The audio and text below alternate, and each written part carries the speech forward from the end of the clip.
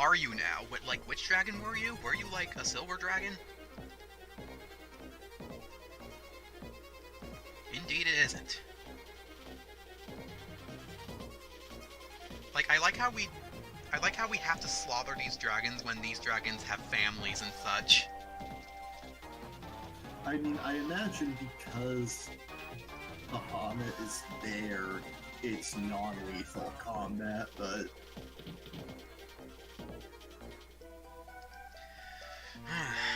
Anything works, I suppose. Save state, and then load all the states, and then reload the state again. Yeah, I have like 8 save states of Vormec, because I was trying to fight it without the Excalibur. It did not go well. I just could not kill it. It kept recovering too much health. Yay, Phoenix down. Yay, Blue Troll. Give me your lunch money. Maybe I shouldn't have threatened it. Hmm? Oh, am I cutting out now? Well, that would have dropped it. No. Am I cutting out now? No, you're not. Oh, that's good.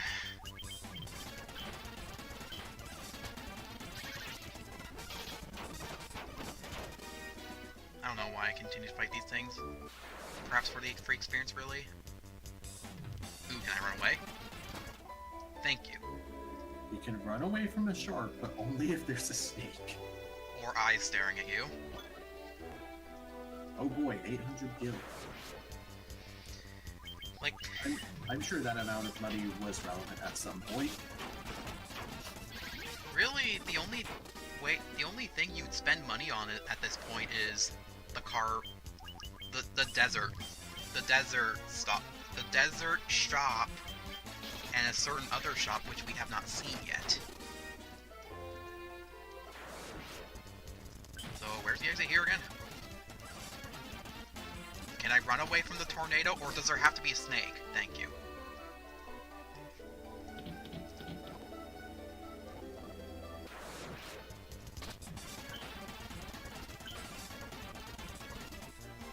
Remember, this is like Spring Grotto. There's still Whisperwind Cove, which is twice as long as this. And I have to go through this again. What's worse, there's... Ugh. There's the exit. I'll take that Turbo Ether. We might actually need the MP at this point, because Umber's getting pretty low, even though he has like 800. You actually got a good item out of the chest, too. Also, why the hell is there a flying fortress in the water? We're Because above... Final Fantasy. Are we in precipitation? Is this precipitation? Is that what it is? The very concept of precipitation, yes. I could believe that. I could buy that. It's Final Fantasy. Hey, guess what this is? A 1% drop rate. I assume this thing casts Holy. Because, you know, Death Knights cast Death. So a Holy Knight is a Death Knight on crack. Except it's not Zelda Classic, so have no fear. Oh gosh, imagine a Death Knight on crack. Moves even faster and kills you in one hit no matter how many hearts or armor you have. The Death Knight is like a level 4 Dark Knight, right? Yeah. And instead of shooting swords, it fires a boomerang that homes in on you. And you can't block it with the shield. Much like Random Chris, that sounds fair and balanced. Also, am I doing any damage to this thing?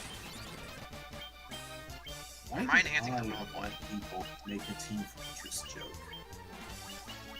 Wizard staff this thing, please. Or kill it. We're not. Holy armor? Holy armor? Nope. Of course not. It's a 1% chance. Why would it drop it? Ooh, another one.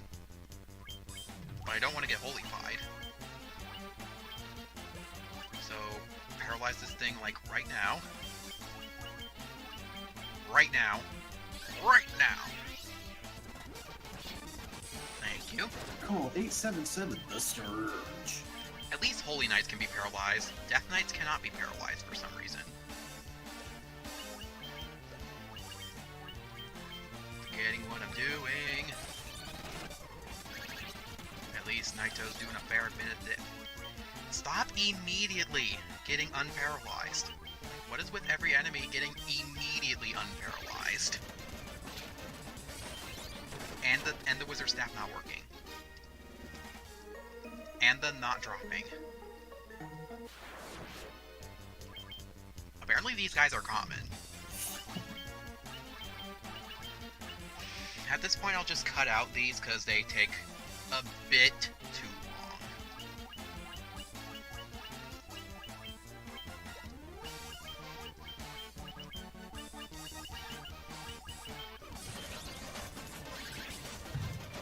With this degree of perfectionism, I'm glad for you that you haven't played Dragon Quest IX. And what's the deal with that?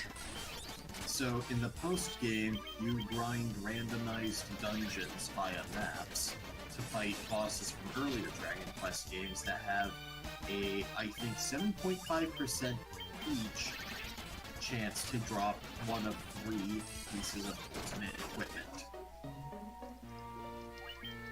But you can only complete each specific map's dungeon once. So if you find a particularly easy one, sorry, you don't get to farm that one. So once you beat it, you can't go back in it? No, you get a different map. The only thing I can relate to is like, the only thing I can think of is like in Final Fantasy II, there's like dungeons you can't ever go back into, and these dungeons have unique enemies that drop unique items. It's not to that degree because it's like there's like a pool of maybe 10 bosses to pull from, so you will eventually find another map with that boss. But the fact that there are multiple items in its drop pool makes it even more infuriating. Can we not encounter goblins who are pathetic versus Holy Knights, which are a threat, actually a threat? Much like in Lich's dungeon, the Cavern of Earth, you can encounter goblin guards and then Earth Medusas. Good. Like, well, seriously, what was with that? Can I get an item today? Can you not run away today? I didn't get the item. Would've been nice. Would've been nice to know that I didn't have to grind off of eyes. But I would have gotten dark matter anyway, so it doesn't matter. Well, not necessarily because of how these items work. I like how many Phoenix Downs I'm getting compared to everything else.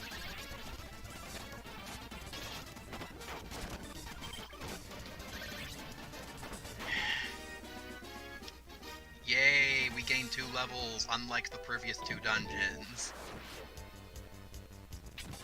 Eyes are staring at me, therefore I can run away.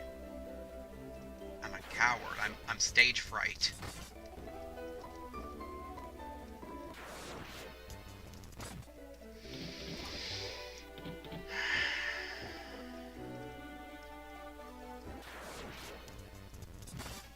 Thankfully that was a preemptive strike. Where's the exit? Where's the exit? Where's the exit? Where's the exit? Where's the exit? What is it? Are we there yet? Are we there yet? Let's see, what's a tongue twister? Toy boat, toy boat, toy boat, toy boat, toy boat.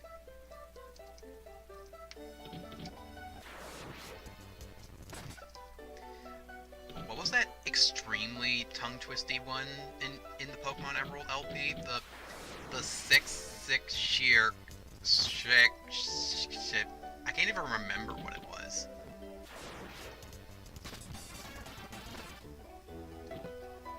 I don't know. I have not watched a complete Pokemon World LP. I don't like Gen 3 very much. Gen 3 is my favorite. It's a lot of people's favorites, Hoenn, and the only version of Gen 3 Kanto that I played was Fire Red Omega. And that's because that was the first completion hack I ever played. Well, speaking of Pokemon, if I ever do a Pokemon LP, I want to do a thing where it's like a four-way. Like, each of us plays one version from Gen 1. So, one plays red, one plays blue, one plays yellow, one plays green.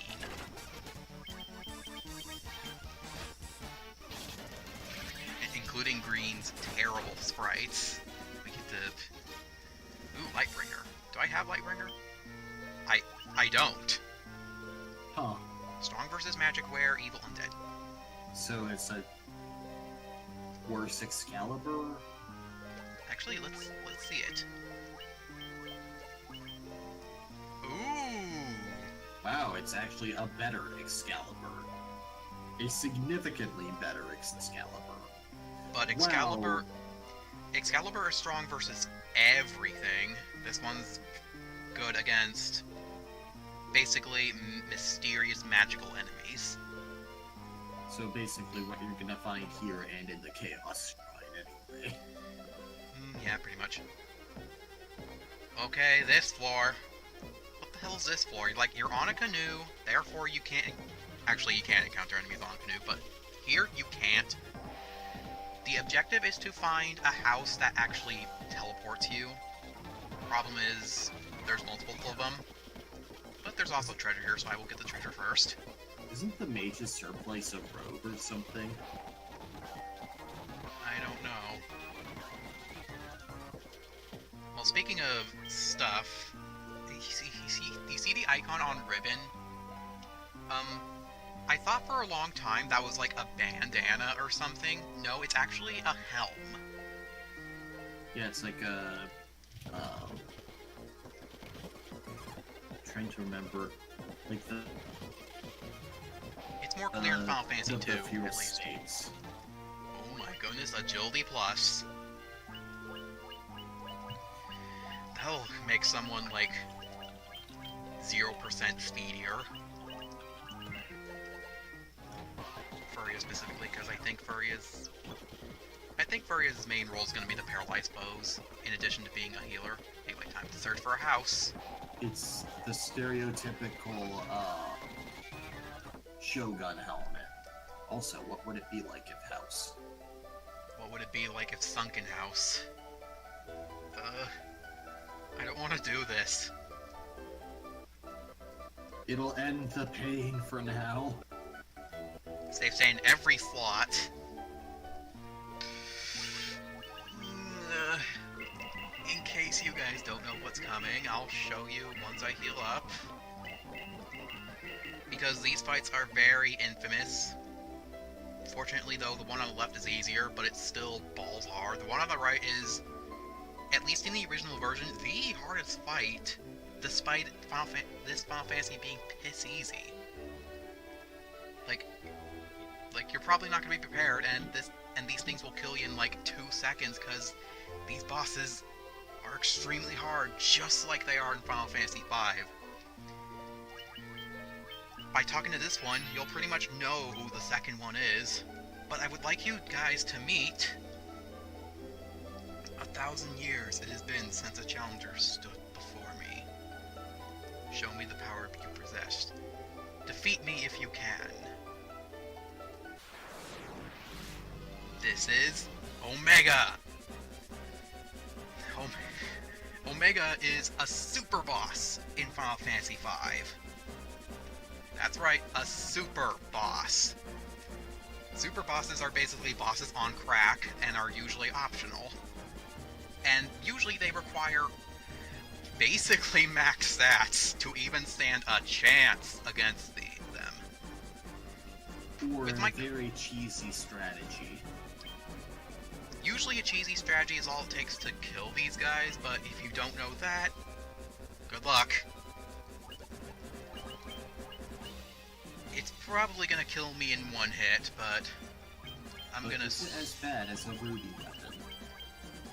Ruby and Emerald weapon from Final Fantasy VII. Ah, yes, those are quite infamous too, but they have hilarious weaknesses. This guy, not so much. Emerald weapon was fun to cheese. Ruby was frustrating. Flare! Bye! Oh! That was actually weaker than a Black Dragon. Well, this guy isn't the most intelligent, but his physical attacks are quite a punch. This guy has Regen too, and this guy has monster defenses like you wouldn't believe. He's basically the physical one. And oh boy is he physical. So I should probably set up Protectoras too. You Priest Staff just for the little boost of healing. I'm gonna spend most of my time vanishing and Protectoring. Please outspeed him. Thank you. I knew I could count on you, Furia. Good kitty. Wave Cannon! It's just a lesser flare. Wave Cannon's just a lesser flare. That I don't really care about. I think Wave Cannon is a thing Emerald Weapon can use, although I might be remembering that from Super Mario RPG Armageddon. But Wave Cannon is really something to reckon with. It's a strong physical attack, and it's really weird animated, but... He added the gemstone weapons to Armageddon? Yeah. Armageddon has a lot of Final Fantasy bosses. Most of them are super bosses, like Emerald Weapon, or Omega, or Penis from Final Fantasy X, or Longui. Like, just a lot of bosses from Final Fantasy. Luckily, they're optional. Yeah, but like, it's a content pack. What's the point if you're not gonna fight the optional bosses? Yeah. Another interesting point about Armageddon is that you can continue after beating the final boss. You can continue! Oh, I was actually kind of wondering about like how the progression of that game works, because I want to go into it blind, mostly. So, remember you questioning why did the two-headed dragon use a thunder attack? That's actually Inspire. Inspire just has the animation of Null Shock for some reason. I was gonna use it, but nah. I'm just gonna enhance everybody up.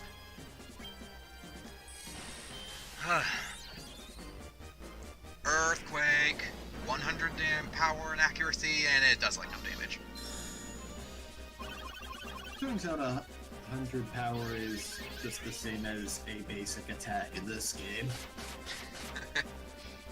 That's seeming like it. Oh my goodness, I can't out-damage this guy with Naito, even when he's 3 tempers and hasted. I can't out-damage him. I have the Lightbringer. I mean, this is a mechanical boss. This is just a test. Let's change weapons, and then attack. Then we can attack. One more vanish, just in case. Just one more. Wave Cannon again.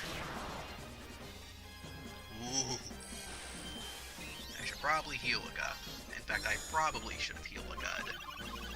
Honestly, a shell might be worthwhile at this point, because of how often it's using, presumably, magic-based attacks. Shell only protects you against elemental attacks. It doesn't affect your magic defense. Oh, I don't know one very well.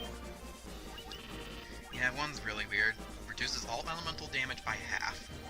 I can use Dispel, though, which basically removes Shell or any resistances. But it barely works. I don't think there's an indication whether it works or not. It's really weird. Let's see. What should Little Haikiri do? You, Hyuga, you enhance yourself. Beep beep. I'm a sheep.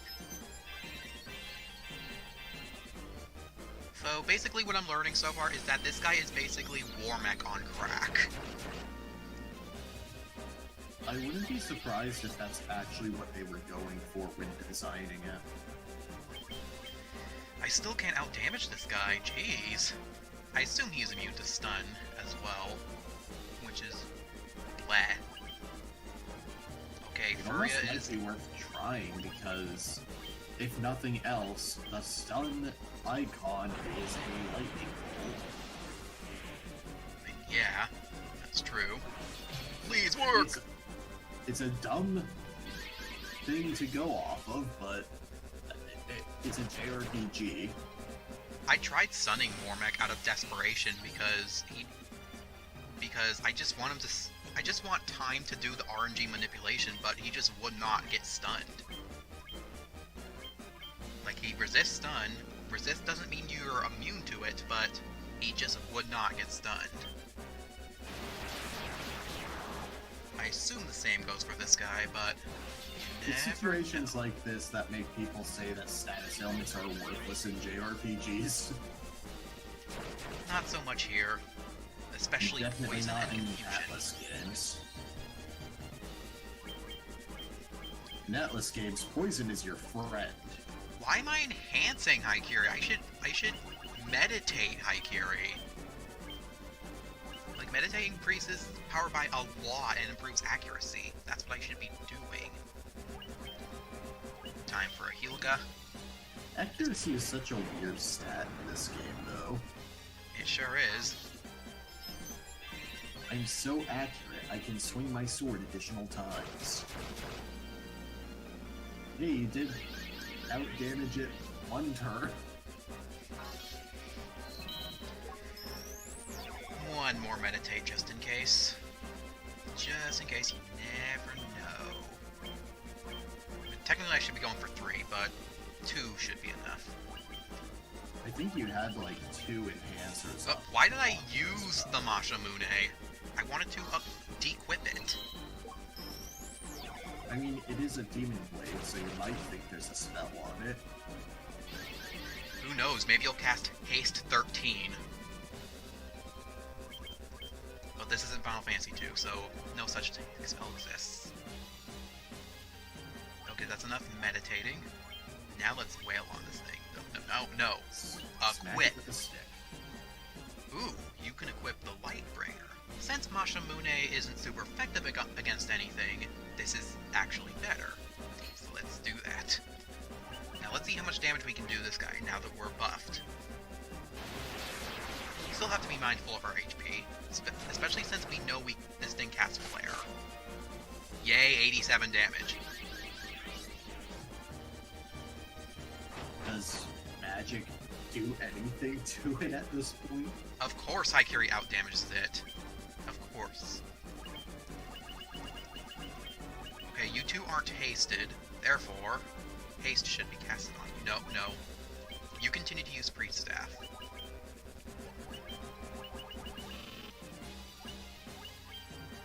Dispel this fool!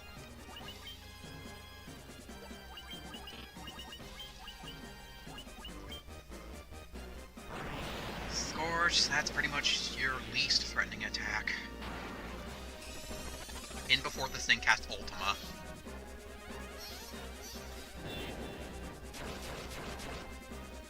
I mean, it didn't say miss, but who knows whether that worked or not. It negates their magical defenses.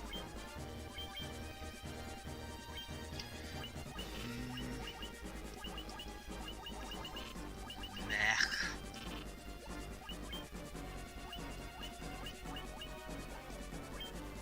You cast Withered Staff, and you haste yourself. It's a war of attrition at this point. It's a race to see who can run out of resources first. But unfortunately, these guys have no limit on MP, which is really unfair. Work! What? Wow. Did that dispel actually help me? Huh. Whoa. Whoa.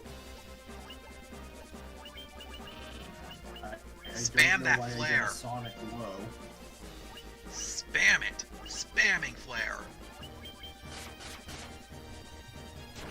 Yay, now we can do damage!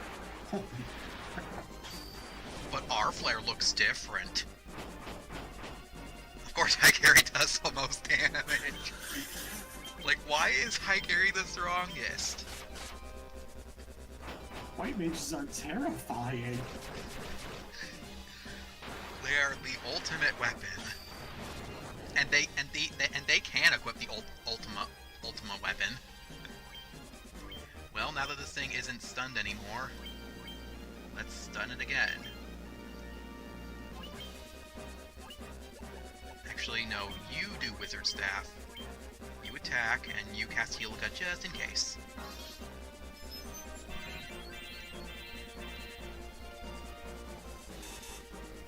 Good, you do basic attack. It's so annoying how we can't out-damage its region. Ooh. Wow. The spell really worked its magic there. Either it was the spell, or me just getting insanely lucky. Either way, I will happily take this. We just have to kill it fast. Oh my goodness, Furia can't out-damage this thing even with Tempers and Haste. And Stun. Because for some reason your defenses are lowered when stunned. Hey, there we go! But will this thing drop the Murasame, though? It has a 32% chance of dropping it. It did. Murasame, yes. Same. Yeah, I bet. Save state here. Load the other state. I'll explain pronunciations later. Yeah. So anyway, can you guess what this boss is? This boss is also infamous, and it's even harder. As if Omega wasn't hard enough. Luckily, this guy's not as defensive. First, let's switch and switch. Save state. Do we need healing? Even though I just healed? No, we don't. I am that which follows Omega. Meet Shinryu. It was fun seeing Proton John accidentally open this chest. Oh my goodness, Shinryu. Shinryu is so famous in that it's literally the hardest super boss in Final Fantasy V, and it has always been one of the hardest super bosses in any Final Fantasy game. And unlike a lot of other infamously difficult super bosses, it's not just a war of attrition and where the most difficult part is staying awake for the whole thing. This thing will kill you. Yeah, this thing has the potential to kill you out with one attack. Your whole party, one attack. Everyone, dead. You don't even get a chance to attack. You're dead. If this thing ever gets off this move, which it will on the first turn. Thankfully, this game is turn-based and not active time battle, so you don't have to worry about your speed stat being high enough to deal with it. This thing's also very speedy. Yeah, but So, it's not like it's getting infinite turns. So, remember Tiamat? Remember how Tiamat can cast every elemental spell and its basic attack does, like, way too much damage? This thing is Tiamat on crack. Flare, everyone dead. Boom. Dead, Oh, dead, wow. dead. I mean, it's more than Omega. But it's still less than the Black Dragon. It's still... I still have to be mindful of it, though. I don't think I can stun this thing unlike Omega, but it doesn't have as much defense. So basically the focus is to kill this thing ASAP. And I mean it. White mages, red mages, cast Hyuga, nothing else. Period. Flash. I assume that's instant death. But we're all immune to it. Thankfully.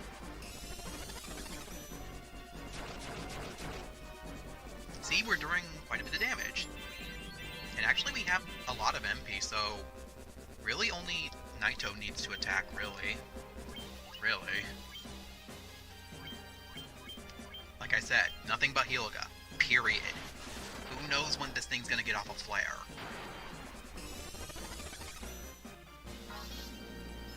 On the rare occasion I do play one, I almost always treat my red mage as a heal battery. My red mage is just kind of there, but she's been proving very useful ever since she upgraded her class. Unfortunately, she won't get the maxed out accuracy or magic defense, while my paladin, for some reason, will. I mean, the paladin is a tank class, Yeah, where pretty the much is. monk is the physical damage class, and the thief is the can run away class. Yep. Well, since you have a free turn, you cast Enhancer. Tidal Wave, there's its signature move. If you're playing any game that's not this, that thing does, like, more than your max HP. Basically. How do you survive it? Don't ask. I haven't played. But that's basically all I know about Shinryu. Shinryu is also one of those bosses that is possible, but not humanly no spear grid-able in Final Fantasy X. The odds of it happening is like 1 in like a Google. So it's basically task RNG manipulation. Yeah, cause what this thing can do is it can petrify you even if you're immune to it. And since it's underwater, you shatter. So, bye. Jeez. Fortunately, he doesn't do it when you're alone, but he's still strong enough to where you get it. Also, what am I doing? I think this turn's a free turn, so I can meditate. What's the point of meditate if you're not actually attacking? I mean, it's the same as using Giant's Glove, or using Saber on yourself. I don't get why Black Mages can learn Saber, which is the same as Meditate, which is the same as Giant's Glove. Giant's Glove does cast Saber, which is really frickin' broken. Even with that, bosses still take forever to die, even in the original version, especially this guy. What should I do? Square do have a bad habit of making their super bosses just obscenely tanky. Cough, cough, penance. Not tanky, but HP sponges. There is a difference. Yeah, the difference is the HP sponge has defenses to back it up. Where the super bosses in 10 International just have like a couple extra 9s. Just a couple. But still too many 9s. Well, there's his basic attack. It didn't do much, despite me not setting up protects or evasion. Like I said, this thing is basically... This thing is magic-oriented. That doesn't mean their other attacks aren't threatening. At least it's also not regenerating. Yeah, unlike Omega. In the original, Omega doesn't regen, but in Mod of Balance, it does. Please don't cast Flare. Well, Umber's probably gonna survive it, but don't cast it. Better yet, don't cast Ultima. I wonder if there's any enemy that can cast Ultima. Ultima's not a thing in Final Fantasy 1, but still, it's a thing you can learn. Oh my goodness, 24 hits. It also wasn't a thing in Mario RPG. Ultima is a thing in Armageddon, though. Yeah. Like, that's one of the things that stood out to me in the screenshots. Like, oh. That. It's so weird to seeing anyone that's not Final Fantasy character cast Final Fantasy spells, especially Ultima. It's especially weird to see Ultima be not that good in Record Keeper, which is one of the two good mobile Final Fantasy games. That's one of the two good free mobile Final Fantasy games. The Ultima spell has always been an oddball, especially in Final Fantasy 2. It's either obscenely broken or obscenely underwhelming. Oh my goodness, I am free. For the night, anyway. Yeah. And does he drop the Ragnarok? He has a 2% chance of dropping it. Yeah, 2% chance. Nope, of course I don't. What's in this chest, though? The Holy Shield. This is the only place you can get the Holy Shield. But since Omega was so kind as to drop the item for me, this is the canon save state. Oh my goodness, I may be free in this video, but I am not free from the items. But for now... Hey, at least you only have to farm one of the fiends. I still have to farm off of enemies that have a 1% chance of dropping them. Yeah, but the enemies don't take as long as the bosses. Yep.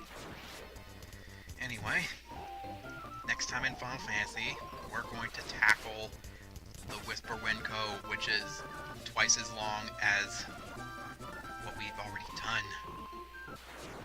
Thankfully, the bosses aren't that bad, at least in Mod Balance and the original. I can't wait to see what... Square post-game's fun. Certainly. Where's the cave? I want to show TED viewers where the tech cave is. There it is. Unfortunately, I have to land. Of crappiness. I have to land right here, and then we can get into it. Get up on the Hydra's back. I will let everyone know that I am going to level up. I am going to grind enemies for the items, just so I can be more prepared and up to date, since this is probably going to be a long break. I might do other playthroughs in the meantime if I have the free time. But anyway, thank you for watching, and I'll see you in the next episode. 35 days after recording this, I can't believe it's been that long, but here's all the items that I could get from enemies and treasure chests and whatnot I can up to this point anyway. There's still some items I could have gotten, but I can get more easily later, as you'll see. I'm actually recording this after I've recorded Whisper Wind Cove, and also after I post-recorded all item farming there. I can't believe I got all items. Spoiler. But anyway, here's another thing I've never encountered on lava floors, because lava floors have ridiculously low encounter rates to begin with. A Sekret. It has a 2% chance of dropping the Air Splitter, which is the second most powerful weapon in the game. Considering you can encounter this right after Merilith, you're going to be so OP, assuming you have a warrior, a paladin anyway. It has like 5 accuracy, but 110 attack power. Oh my goodness. Sekrets are pretty tough though, so watch out. Here's Blue Trolls. They have a 4% chance of dropping the Crystal Shield. Sekret, by the way, has a 2% chance of dropping Air Splitter. Just 2% chance. At least it's not 1%. Air Splitter also has the effect of casting Arrow when used, but why would you use Arrow at this point in the game? Especially when nothing is weak to wind anyway. Here's Barbaricia. 15% chance of dropping the Angel's Ring. The Angel's Ring is one of the best items in the game because anyone can equip it, and it has regen when equipped, in addition to resisting death. There's Warhammer. It spawns on floor 9 specifically on that overworld, on that treasure chest. So that's pretty fun. Angel's Ring I got 4 of. So now all of my party members have regen. So now they're pretty tough to die. Oh, there's something. If you have 99 of something and open a treasure chest, it actually won't let you take it, but at least tells you what it is. That's interesting. The Holy Staff, 1% chance from Holy Dragon. It boosts holy damage when equipped by 1.5 times. So be sure to equip it only when you're using holy and de-equip it when you're not using it, because you can equip and de-equip during battles. Gotta be smart. Here's Mithril Golems. They sure are golems that can cast pretty much every gas in the game. They don't drop anything unique, though. Just stamina pluses. I guess they're really good farming for stamina pluses. Here's a Tamos. A 3% chance of dropping the Robe of Lords, or Lordly Robe, if you may. It does not have regen in this game, unfortunately, but it is the Black Mage's ultimate armor, basically. My Black Mage is going to be so OP once I fight the final boss. You'll see. As you can see, most of my battles result in just tipping my bonnet to the enemy until it drops it. Thankfully, I didn't have to do too much of it. Prototypes. Not only did I never encounter these, but they have a 2% chance each of dropping Genji shields. I encountered so little of these guys in Whisperwind Cove, and I got like 2 Genji shields, although not in recording.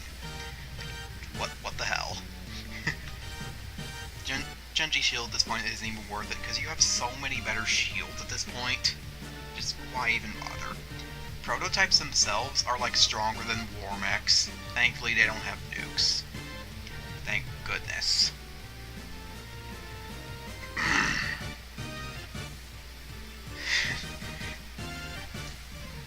I think despite the number of encounters, I think I had a harder time fighting prototypes, getting the Genji shield, than I did with this guy. Or many other enemies. What is it with 2% in, like, groups of, like, 3 or more? I seem to have worse luck getting items from those than I do getting 1% from one enemy. Although I say they're just about as bad. Holy Knight here has a 1% chance of dropping Holy Armor, which is one of the best armors in the game. The Holy equipment in general are really, really good, but they're good for only defenses and evasion, pretty much. Holy Knight himself is a force to be reckoned with because it can cast Holy and whatnot, and can rarely be stunned. Here's Bone Snatch, 3% chance to drop in the Braveheart, which functions exactly the same as Defender, and Defender can cast Protect when used, which is really nice. Here's Reaper, 6% chance of dropping Giga Blade. This thing just would not drop it, no matter how many things I fought. And I think I already have an Giga Blade, so that was pointless. And here's Shinryu, 2% chance of dropping the Ragnarok. The Ragnarok is one of the best swords in the game. It's basically the Excalibur, but can be equipped by red mages and ninjas, and not paladins. So, that's really, really good to get if you can get your hands on this thing. It is super effective on everything, and has amazing attack and accuracy at this point in the game. I like how Shinryu here doesn't resist stun, but Omega does resist stun. I can't believe I didn't try it. Well, at least hard mode kind of balances this guy to be less threatening than certain other bosses we'll be seeing later. But yeah, that's it for this session of post-commentary. I'll have to do the next one very shortly here, because I need to start posting videos faster now. I don't know why this keeps happening. It just does. I just keep having problems, personal problems, especially one that happened on my birthday. But thank you for watching, and I'll see you in the next episode.